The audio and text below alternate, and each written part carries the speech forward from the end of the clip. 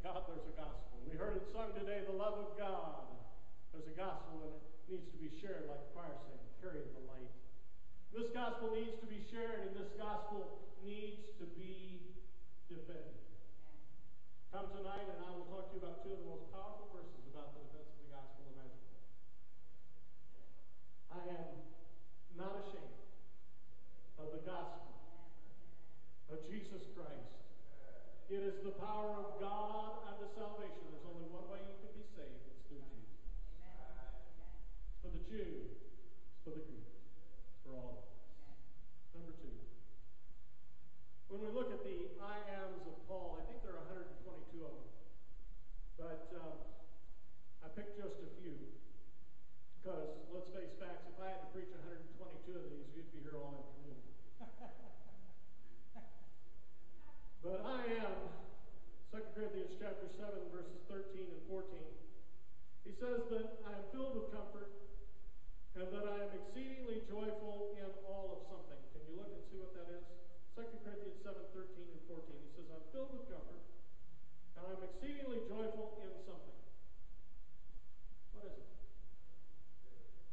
In all our tribulation. Right?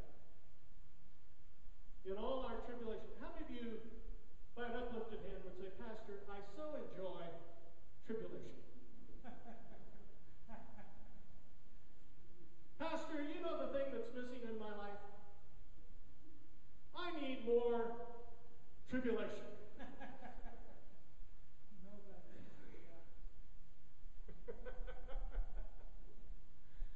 Can you imagine an attitude like the Apostle Paul, who says, in the midst of tribulation, I am comforted? In the midst of tribulation, I am joyful. Was it not James who wrote, count it all joy, my brethren, when you fall in diverse tribulation? You know what might be wrong with the American church today? Possibly. Is it possible that we've had it too easy? Oh, absolutely. I mean, is it possible that we're a little soft? Absolutely. I've visited many jails as a pastor, but I've never stayed in one overnight. And I have preached this gospel for 30 years. So it's amazing that I could preach the gospel for 30 years, give gospel invitations, and never yet be sent to jail for it. I said yet because it may happen. You know, hate speech and all. Come on, you know what's going to happen. They're going to say, you can't say that in your pulpit. No, I'm going to say it. You're going to be visiting me in jail. Right? But seriously, the American church's idea of tough is sitting through a sermon that lasts more than 20 minutes. 30, 40 in my case, I get it. But if the air conditioner isn't set right in the church, if the pew isn't padded sufficiently, that's the idea of suffering in the American church. That's right. Paul said, I'm comforted and I'm joyful in all our tribulation. He's undeterred. 2 Corinthians chapter 12 and verse 10. We got to look at that. 2 Corinthians 12.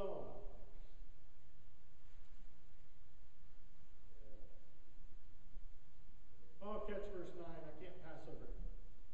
He said unto me, my grace is sufficient for thee, for my strength is made perfect in weakness. Who said that to Paul? Jesus said that to Paul. Most gladly, therefore, will I rather glory in my infirmities, that the power of Christ may rest upon me. Verse 10.